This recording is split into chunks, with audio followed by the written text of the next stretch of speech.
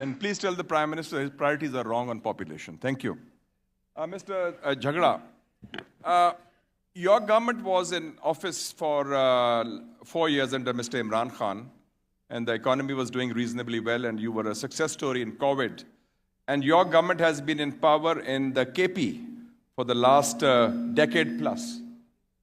Can you tell the audience what the PTI government in the province, since population is a provincial subject, did for the cause of population planning, if there is any achievement that you think is noteworthy?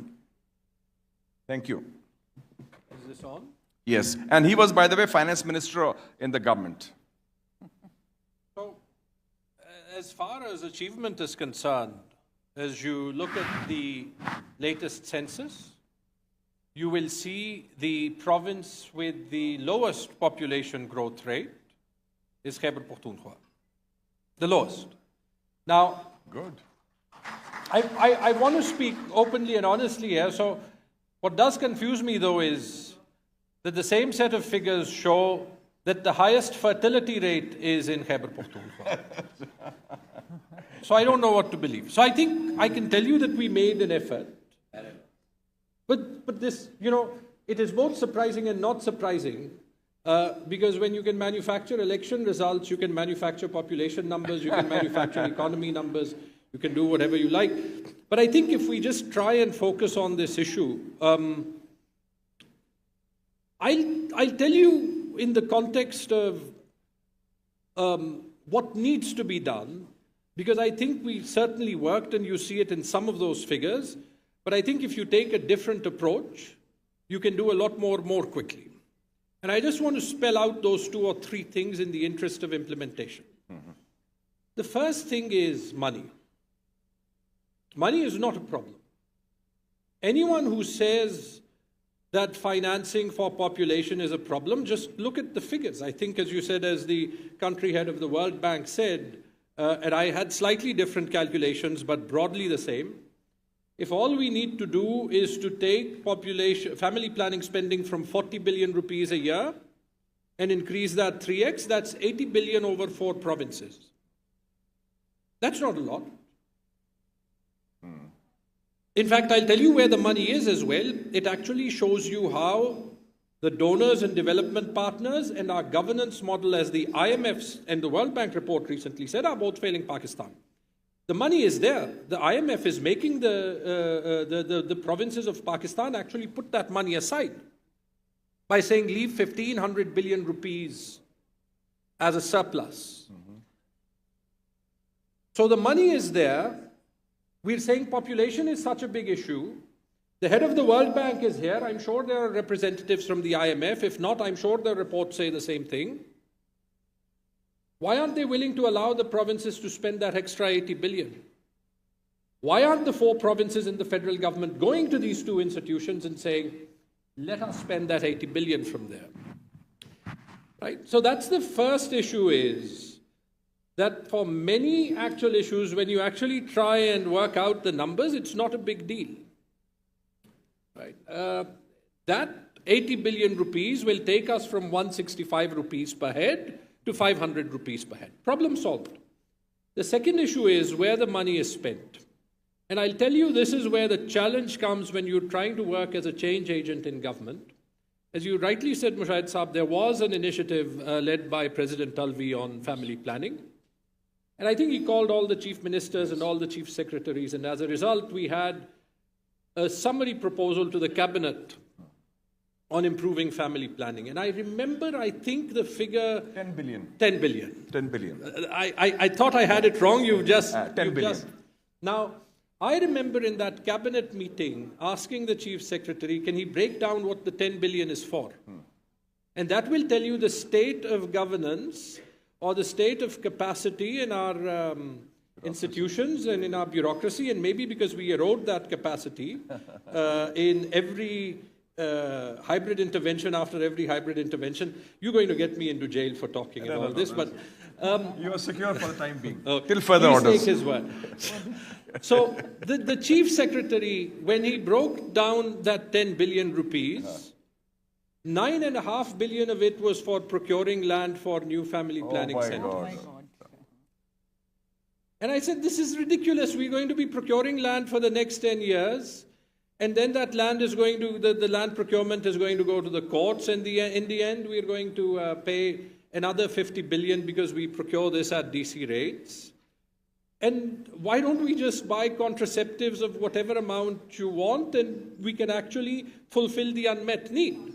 And then whether you need 10 billion or 2 billion or 3 billion, just take it. This particular conference has reminded me that the Chief Secretary never came back with a proposal, right? And I think that just shows you the paucity of thinking, because I was reading up on the Bangladesh success story, and a large part of it was they decided to simply distribute contraceptives at every doorstep. Directly. Right? We have that staff, we have polio workers, we have community health workers. We can do that any time. We don't. So how to spend that money is also clear. The third thing that is a governance issue, and you know, I realized this when I was health minister. In fact, what I did at the time was, I told my staff that every BHU, every primary healthcare center must, in its set of key metrics, have family planning as one of them.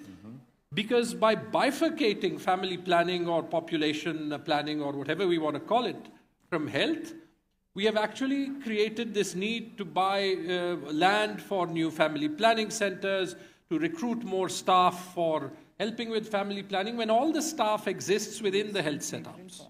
So the third action that needs to be taken is to have the population or family planning departments integrated with health, so you can use the benefit of the health ecosystem that already exists.